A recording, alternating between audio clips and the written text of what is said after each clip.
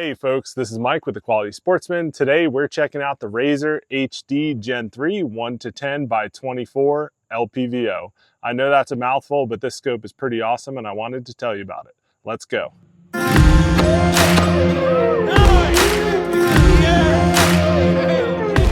All right, folks, before we get into it, I ask that you go ahead and subscribe to the channel. That helps me grow the channel and bring you good content each week. I hope you're enjoying it so far. If you enjoyed this video, please give it a like as well. Thanks.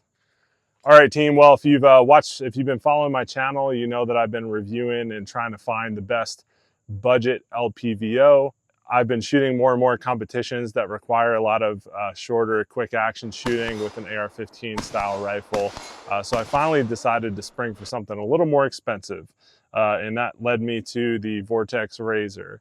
A couple of weekends ago, I shot a match called the Proving Grounds, which is a physical two-gun match with a plate carrier, and that was my first time really putting this thing to the test.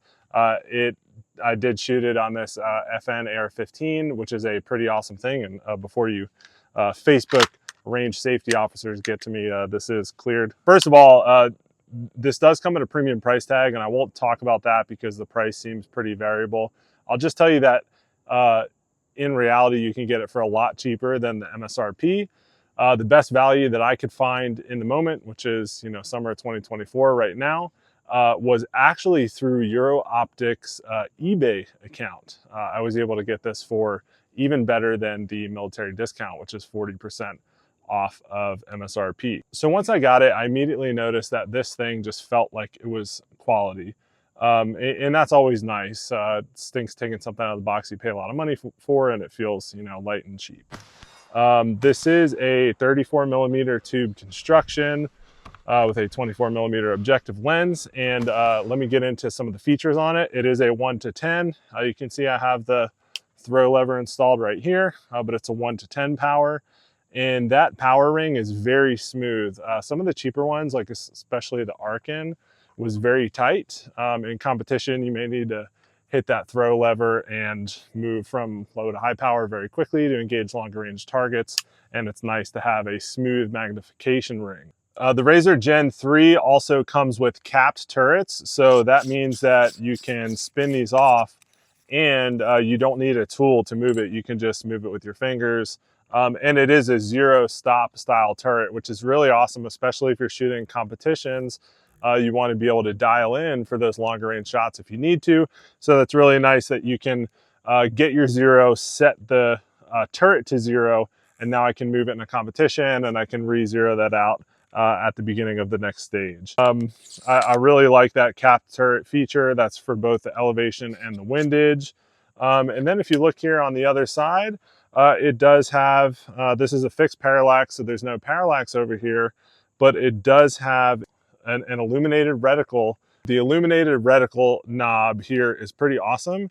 The main thing that I like about it is in between each setting, you can either have it illuminated or have it off, and that is really awesome. A lot of other scopes will have it so that you have to go all the way back down from like 10 to 0 or all the way around the clock revolutions to get it to turn off, but this has an off position in between each on position, which I really liked. The illumination on the reticle is very effective. The reticle itself, for me, it couldn't get any better. If you look back to my Arkin EP8 video, you'll hear me complain a little bit about the reticle at 1x and like 1.5x, which you're going to be shooting a lot if you're doing LPVO type work. That reticle is kind of useless.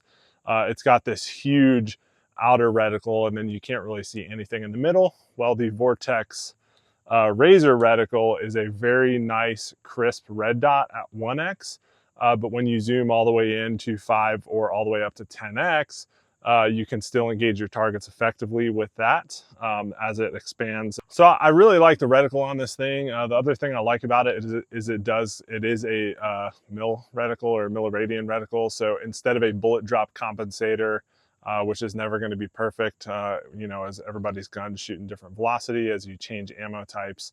Instead of a bullet drop compensator, I can just do my own math to understand you know, where my bullet is at 1, 2, 3, 4, 5 mils, things like that, or I can get the exact amount that I need to dial on the turrets to hit my target exactly if it is, you know, in between those larger hash markings.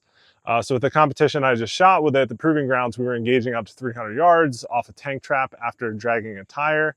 I was able to zoom in and, you know, I kind of knew I knew how high I had to aim. So I just did holdovers, but this reticle was very effective at close range for the 100-yard targets and, you know, out to 300 yards. I have shot this in practice out to 700 yards and same thing. I'm able to exactly dial my dope and hit that 700-yard target pretty effectively.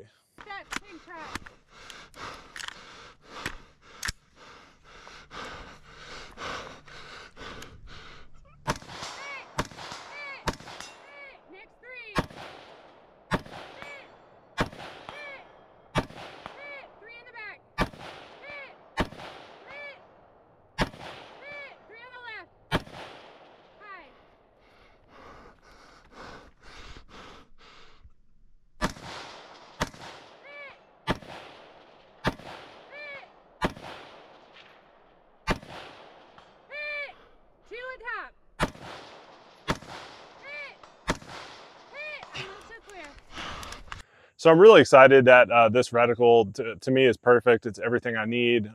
You know, obviously that's what you get when you spend a little bit more money.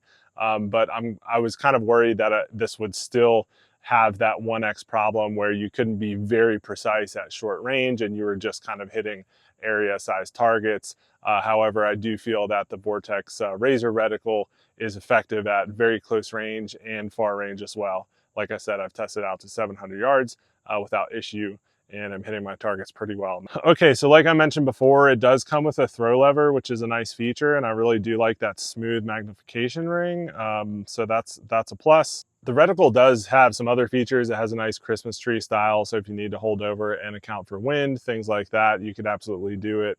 This feels like a premium scope, just a smaller version for something like I would shoot long range matches with a bolt gun with. The clarity on this glass is amazing. I didn't do a side-by-side comparison, but when I put this on and took it to the range to 0, I immediately noticed how clear and crisp it was.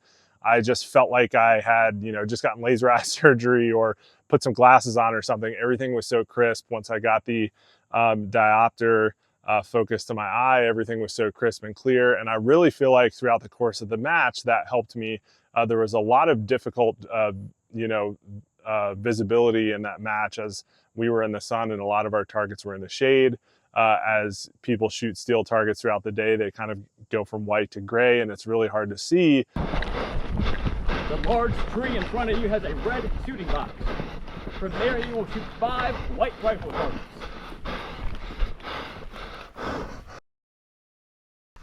Five white.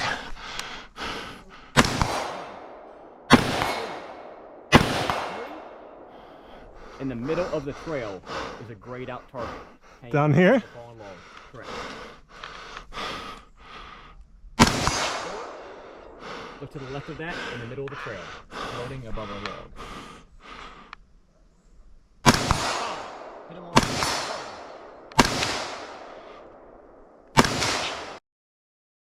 the low right. Can't see that one.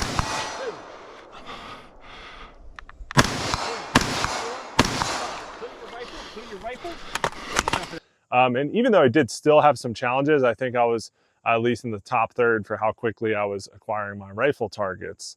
The pistol shooting was another story, but that's nothing to do with this Vortex.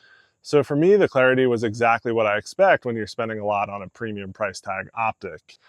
The other thing I like about this, which hopefully I will never have to use, is obviously the Vortex lifetime, no questions asked warranty. If I were, you know, I run my guns pretty hard, especially in, you know, combat style competitions.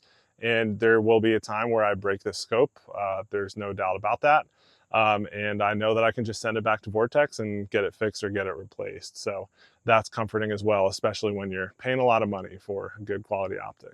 So for me, that's the absolute best feature of this scope, if you want to call it that, is the glass clarity. When I look through a scope, I expect to just feel like I'm seeing something through the naked eye and having, you know, being enabled by the magnification and not hindered by a little bit of blurriness or things like that. which you'll definitely get on some of the cheaper scopes. Upgrading to this was something I don't regret, and I highly recommend this. I think this would be a little bit overkill if you weren't doing competition shooting.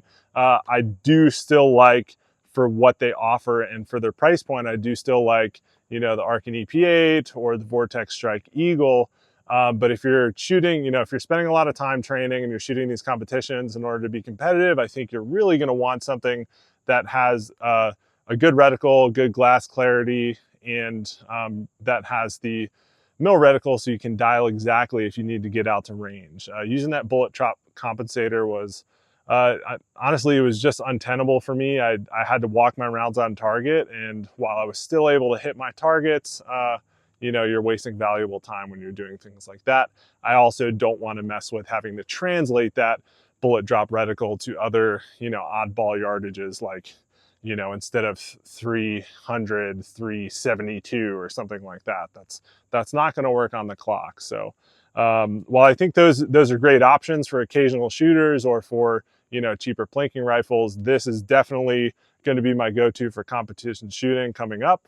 And I feel really confident that this will get the job done. I know that I can shoot anything from, you know, contact style engagements all the way out to 700 yards and potentially even further. So again, if you've been debating on getting one of these, if you think you have a reason to get it, like the competition shooting that I'm doing, I say absolutely go for it. While I don't own personally any other high-end LPVOs, I do know that this is going to be top quality, and I expect it to be the best of the bunch.